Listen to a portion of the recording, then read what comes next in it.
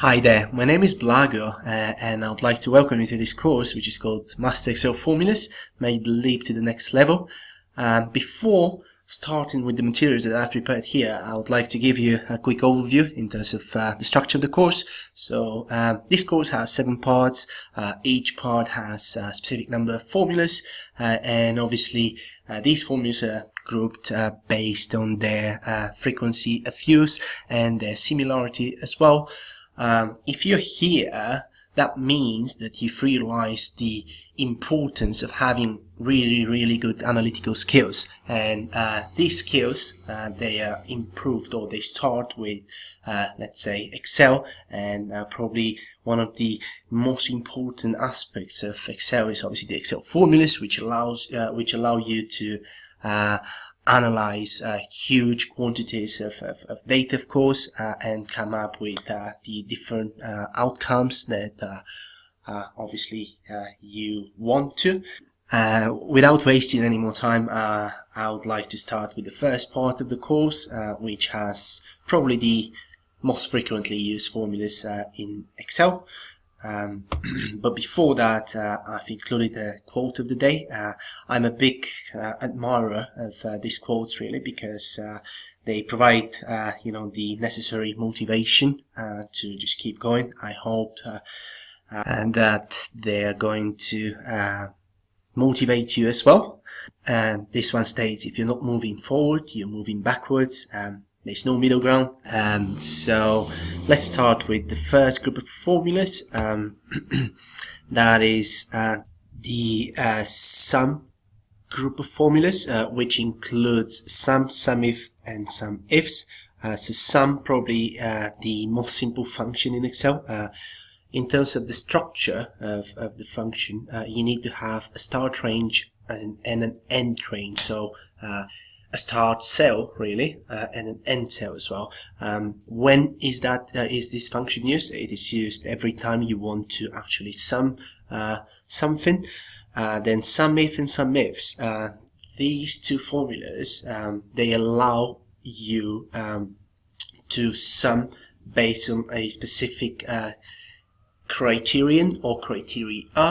So sum-if allows for the summation of a range of cells that meet a specific criterion, whereas sum-ifs allows for the same thing but with more than one criteria. And if I show you an example now for all these formulas, sum here, what we can do is we have this range here and we want to sum it, and this is what we do.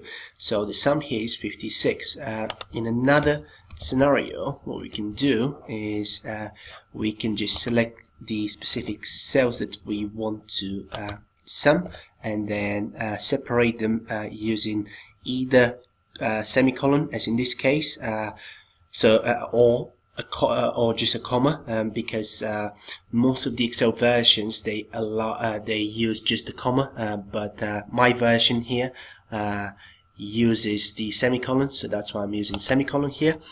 So this is what we get. So 1 plus 3 plus 4 equals 8, and then the sum-if here, if we just type in the formula, and now we need to find the volume for the grapes, the pears, apples and oranges, based on the volumes that we have in this range here. Just to delete this one here first of all. So now if you remember, sum-if usually starts with the criterion range. So this is the criterion range. I'm just gonna go and fix it with the dollar signs. Then I'm going to select grapes, which is obviously our first example, and then I have this sum range here. So we get 338. So the volume for the grapes in our sum range is 338. We can either drag this formula down, or we can just copy paste it, really, to get the volumes for the other types of fruit as well. Now using sum-ifs, so the example that I have for sum-ifs here, asks us to find the total sales in Walmart for all the wines that have a price of $6.99 here. So if we just start typing the function some ifs, and then we need to start with the sum range first. If you remember the structure of the formula, and then the first criterion range should be the price here, and we go select that range, and we separate that using the semicolon, and then we select the price here as well, and then we need to go and do the same for the second criterion range, which is here, and then we need to select Walmart. So what we get is total sales of 134,739 units for Walmart for the wine that costs $6.99. Okay, so going back to the presentation now, what we have, the next group of formulas is average, the average group of formulas. So the logic of these formulas is pretty similar to the logic for the sum formulas as well, and again the structure is very similar as well. So just to give you an example, now I'm going to go to the spreadsheet that I have here again, and go to the examples for average. So just to show you, we have average, and we just go select the range here, and we do this. So 5.09 is the average. Again, if we just go and do the same for these cells here, we have how many cells? 3 cells that we need to get the average for, and 267 is the average. Now the example for the average if is here, and what we need to do is we need to get the average for the types of fruit that we have here. So we can start typing the formula, and now we need to select the criterion range first. I'm going to fix it, and then we need our criterion, which is here, and now the sum range, the average range. Now this is what we do. We get 169. Now if we copy the formula for all the fruits there and change the formatting or the number of numbers after the comma, we get this. The example for average ifs is here again. The same example, Walmart and the wine that costs $6.99. We need to get the average sales here, and this is what we are going to do. So we have the range again, and now I am just going to make this range permanent or fixed, and then we have the criterion range, which in this case, well, the first criterion range is here. That's obviously the price range, and then select the price here as well, and then the second range here is the retailer's name, and then we have Walmart. In the end, we get 67,370 as the average total sales for Walmart for the $6.99 wine. Now, going back to the presentation, the next group of formulas is the count group. So we have again, like, count, countif, and count ifs. When they use a count is obviously used when you need to get, let's say, the number of specific cells. You need to count, let's say, a number of specific cells, and obviously you have count if and count ifs, which basically allow for a condition to be inserted as well. Exactly the same logic as the previous two, but obviously in this case it is counting, it is not summing, it is not averaging, it is counting. Now if I go to the examples here, which just under the average, so what we have here is a range of cells. This is our range of cells, and if we want to count them, we can just use the count formula, and this is going to give us the number of cells in this range, which is 12. Okay, now going to the count if example. So what we have here, we have conditions. The conditions are grapes, pears, apples, oranges, and then the other condition is 150. So we first of all we need to find how many times grapes is actually in this range here. So if I fix the range again with F4, the dollar signs, and then use grapes as the condition, it's going to give us 2. Now if I go and paste this here for the pears, apples and oranges, we get 2, 2, 3, 2. Now this example is slightly different because it requires a sign to be inserted, so the range in this case is going to be the numbers range here, and now we need to put quotes and then put this, and then obviously 150. So the formula is going to go to the range that we have selected, and is going to count all the numbers that are less than 150. That's basically what's going to happen. So as you can see, it gives us a result of 2, and this is obviously the first number that is less than 150, and the second number is this one.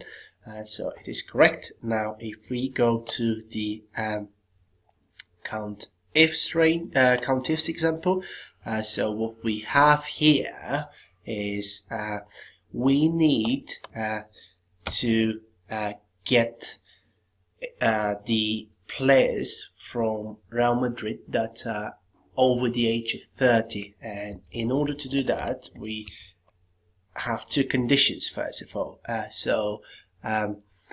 Now because there's no specific kind of sum range or let's say average range here, we always start with the criterion range.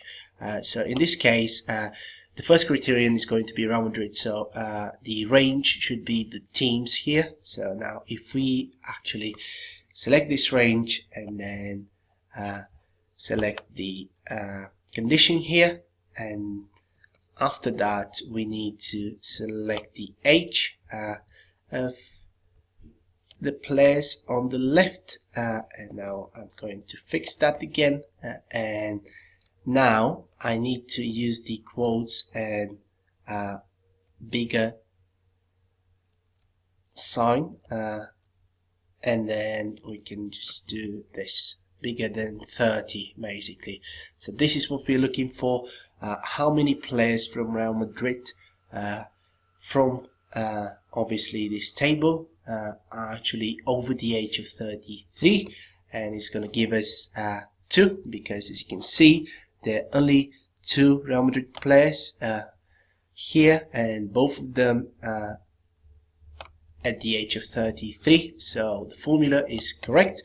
Now going back to the presentation, the next group of formulas, or this is more kind of like one formula really, but which has a lot of variations, is the if statement. This is one of the most important formulas. in Excel because it is very applicable in many of the analysis that are done here, of course. So when is that used? So the if statement is used when the user needs to, let's say, assess a statement, and if the statement is correct, it should show a specific input or output in this case, and then if the statement is not correct, then it should show obviously another output. So as you can see, apologies. So as you can see, we have the structure here. So if the expression is true, give us outcome 1. Otherwise, give us outcome 2, for example. Okay. So now, if I go to the example sheet again and find the example for if, which should be just down here. So what we have is we have a number of retailers, as you can see here, and then their turnover and also their profit.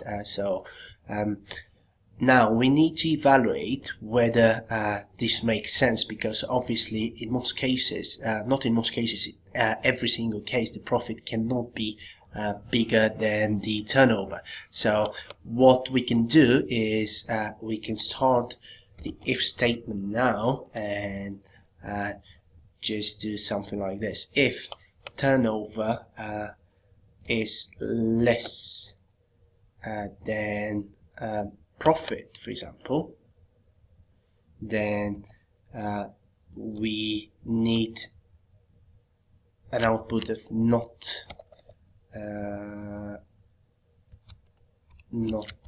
true. Otherwise, we need an output of true. And let's see what this is going to show. Apologies again, because I need to use the semicolon instead of the comma. Now the outcome here is not true, the result, because 182 is bigger than 165. So if we just go and copy this formula to all the other cells here, now this is what we are going to get.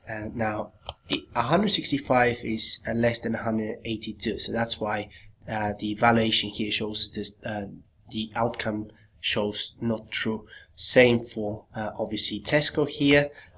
However, Asda and Waitrose, they have the numbers seem to be well, correct, let's say, in our example, and the last two examples, again, not true, because the turnover in them is less than the profit. Now going back to the presentation, and the next group of formulas, that is the lookup formulas, VLOOKUP and HLOOKUP. The first formula, VLOOKUP, is probably one of the most frequently used formulas in Excel. So what it does, it looks up and retrieves data from a specific column in a table. What is the structure of the formula? So we need to get, first of all, we need to select the value that needs to be looked up, then obviously the range in which that value needs to be looked up, and then which column the formula should retrieve data from, and then I have written here false, but it can be true as well. False ensures that an accurate outcome is provided, whereas if this is true, the outcome can be approximate as well. So HLOOKUP is pretty similar, but this formula actually retrieves data based on rows rather than columns here. Okay, so if I show you the examples now, it will probably make it more clear.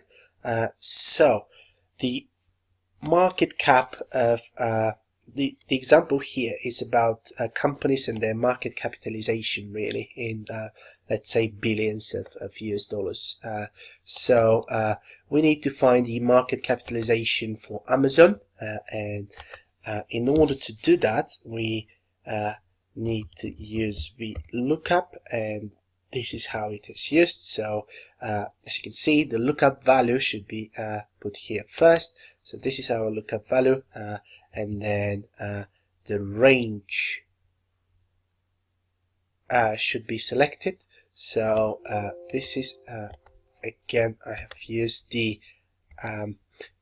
comma instead of the semicolon, and now we select the range, and the range is obviously this here, and then the column that we need to retrieve data from is actually the second column from our range, and then we need an exact outcome.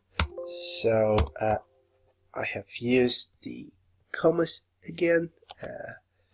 We need to obviously make sure that we use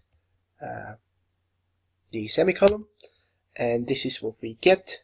So as you can see, Amazon's value here, market value, is $684 billion, and this is what we get using the VLOOKUP formula, which is correct. And now the example for the HLOOKUP is basically we have a few names here together with the age for each person here, and we need to find the age of Maria, and in order to do that we can use the HLOOKUP, and the lookup value in this case is Maria, and our range is the range here.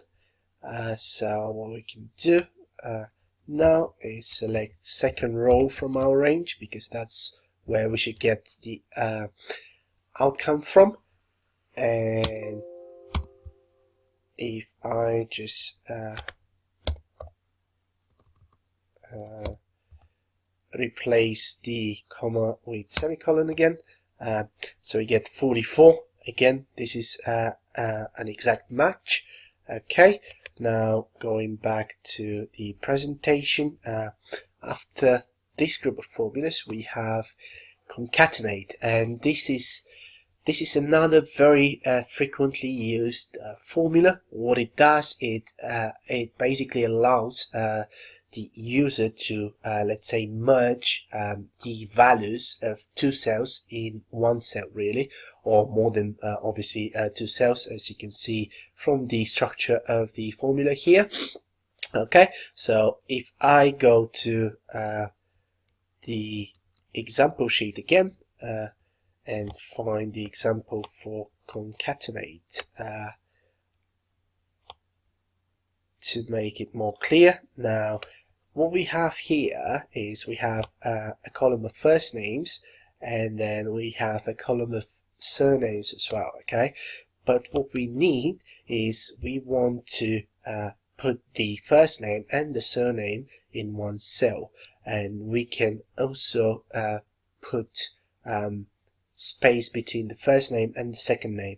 So in order to do that, we start typing concatenate, and then we open the bracket, and then we select the first name. Now we need quote and then space, and then again closing quote, and then the second name, which in this case is C59. That's cell C59. Now we close this, and what we get is, after replacing again the comma with the semicolon, we get Jimmy Connor, and we can just copy the formula for all the other examples. So this is how we use the concatenate formula. Now going back to the slide again, the next set of formulas is max and min. So it's easy to guess what these formulas actually do. So the max formula allows for the maximum value for a specific range to be let's say shown as the outcome here, whereas the minimum does the same but for the minimum value. And again, the structure of both formulas is very similar. So you have max, and then we need the range in which to get the maximum value from, and then the minimum is pretty much the same thing. Now, just to show you the example, here's what we get, and now the maximum is from this range here. The maximum is 93, and then minimum is 20. Okay, now the next slide has AND and OR. So these are two logical functions which are very often used, especially in combination with the if statement formula that we discussed earlier in this course. So AND basically is a logical function which allows to check whether multiple statements are true. It is going to show false if one statement, for example, is false, but it is going to show true only in the case where all statements are actually correct. Whereas, for example, OR will show true when at least one of the statements that we have actually added is true. So if we have, like, 3 statements, as in this case here, and 2 of them are false, 1 is true, it is going to show true. Now, I want to show you the examples for these formulas as well. So if I start with AND, so AND this, let's say, is if I58 is equal to let's say I59, so obviously 20 is not equal to 36. That's why AND is not going to give us true. So this is just one condition, though. If we can also insert another condition, and that can be let's say this is less than 63. Now as you can see, we have one condition which is not true. This is the condition that is not true, and then the second condition is true, however, and shows us false, and that is the main difference between AND and OR.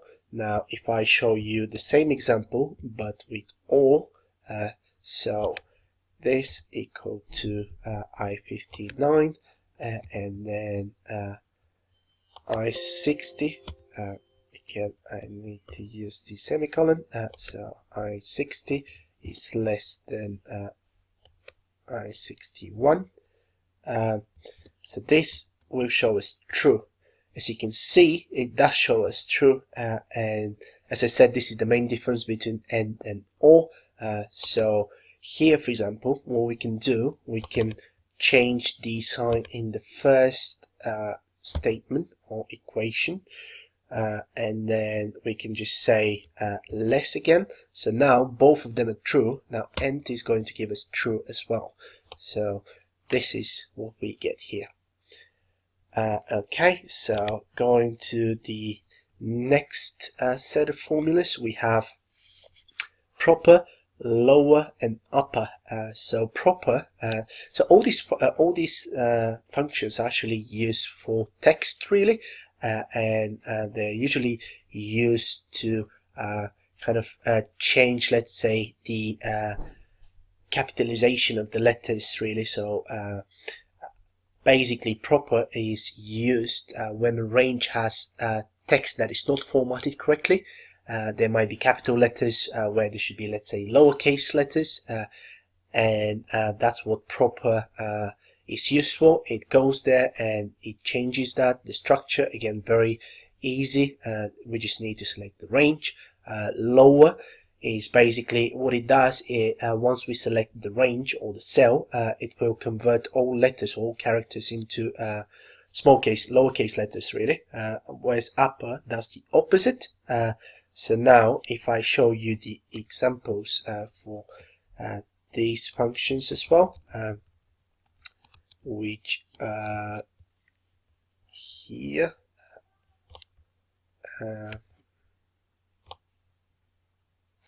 they're actually on this side, and now I can go and use proper, for example, here.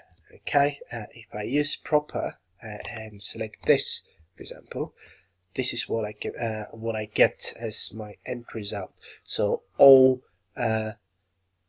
words will start with a capital letter, and everything that was capital before and was not supposed to be, of course, has been changed to lowercase, as you can see here. Okay, now I can do the same for the rest of the examples, and just to show you. Okay, so this is what proper does. Now if I go and use the lower function again for all of them, so as you can see, the lower function just converts everything into lowercase letters, really. So here we go, just to show you everything here. Okay, so as you can see, this example here has quite a few capital letters, and all of them actually just converted into lowercase letters. Now just to show you the example with upper, which is pretty much the opposite of lower, and this is what upper does. Okay, converts everything into capital letters. Okay, now going back to the presentation. Now the next two functions we have are trim and clean. Trim is a very useful function because it removes any unnecessary empty spaces in a statement, and the structure again is like very, very simple. All we need to do is actually select the cell or the range.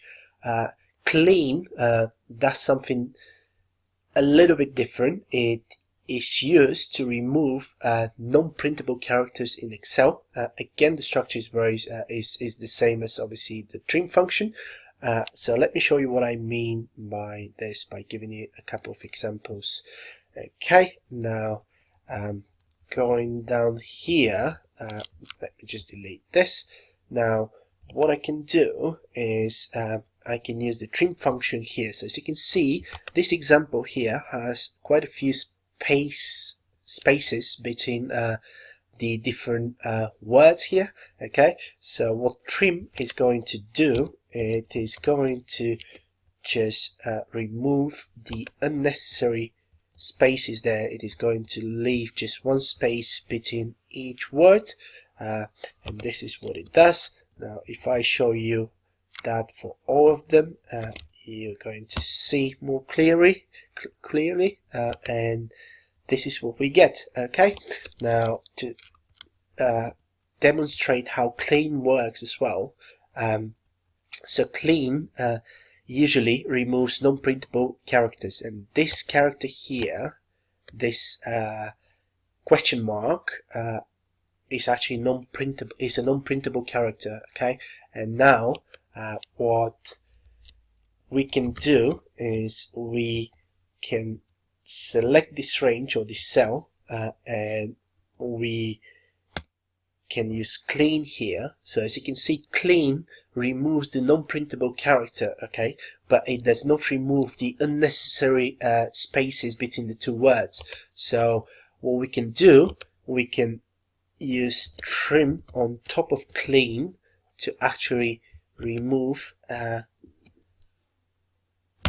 this, remove the unnecessary space as well, and this is what we get in the end.